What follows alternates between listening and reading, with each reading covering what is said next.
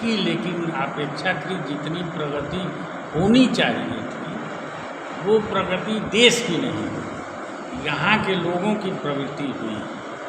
प्रगति अपना लोग किए, देश का नहीं। यहाँ पब्लिक के दिमाग में है, जैसे आप देखिएगा मल्टी स्टोरी बिल्डिंग है, सब लोग अपने घर को साफ रखेगा लेकिन सीढ़ी गंदा है।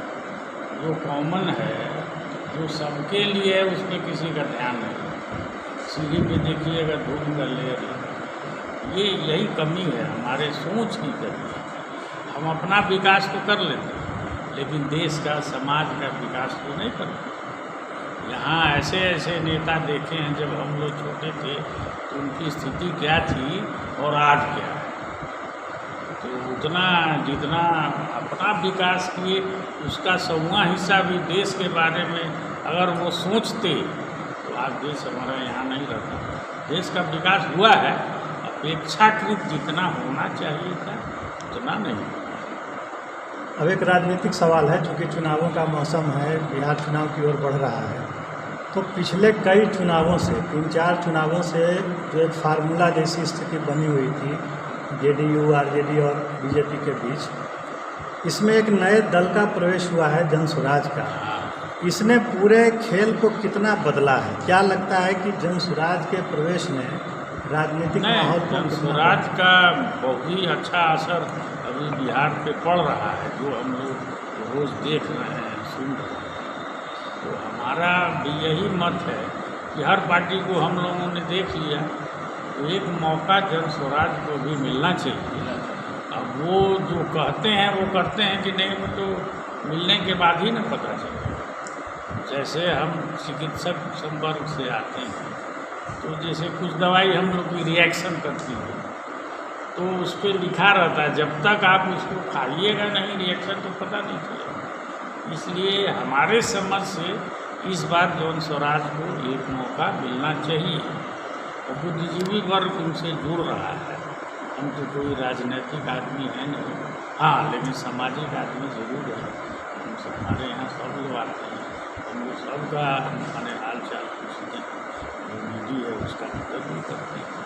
लेकिन हमारे समझ से इस बार स्वराज को मौका मिलना चाहिए। मौका मिलना चाहिए, लेकिन जैसे पिछले चुनाव में एक चीज़ हुई थी कि चिराग पासवान की वजह से बहुत नुकसान हुआ जेडीयू।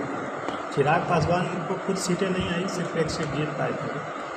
क्या आपको ऐसा लगता है कि जनसुराज की वही स्थिति रहेगी? चूँकि अभी तो लंबा समय है, लंबा है, पार्टी तो एकदम नई है। देखिए, चिराग पासवान उसी उद्देश्य से खड़े थे, वो अपने उद्देश्य में सफल रहे। वो कोई सीट जीतने के लिए नहीं आए थे, वो हराने के लिए ही आए थे। बहुत लोगों का नुकसान हुआ, लेकिन जनसुराज का सोच किसी को नुकसान करना नहीं है, देश का भलाई करना है। बिहार के युवाओं के भविष्य के बारे में उनकी सोच अच्छी है, वो क्या कर पाते हैं उसमें हम यहाँ के युवाओं का भी योगदान होना चाहिए। ऐसा नहीं है कि सब उन्हीं के भरोसे छोड़ दीजिएगा तो नहीं होगा। उनको अपना ये तो अभी जो रेवड़ियाँ बट रही हैं हर दल द्वारा, इसके हम पर्सनली बहुत विरोधी आदमी हैं। अब तो आदमी को नकारा बना रहे हैं, मुफ्त में पैसा दे रहे हैं, मुफ्त में अनाज दे रहे हैं, तो काहे के लिए काम करेगा भाई? नहीं करेगा। उसको आप सुविधा दीजिए, पैसा मत दीजिए। उसको कहिए कि तुम अपने मेहनत करके कमाओ तब खाओ। पहले क होता है तब ख होता है। यहाँ सरकार ख पर दे रही है तो क नहीं करेगा, काम नहीं करेगा। यहाँ हम लोग अभी मजदूर जैसे कोई घर में ही काम कराते हैं, कोई लेबर ईमानदारी से काम नहीं करता। उसको 8 घंटा कम से कम उसको माने पैसा पूरा चाहिए, काम वो नहीं करेगा। क्योंकि उसको फ्री में सरकार दे रही है तो कहाँ के लिए काम नहीं करेगा।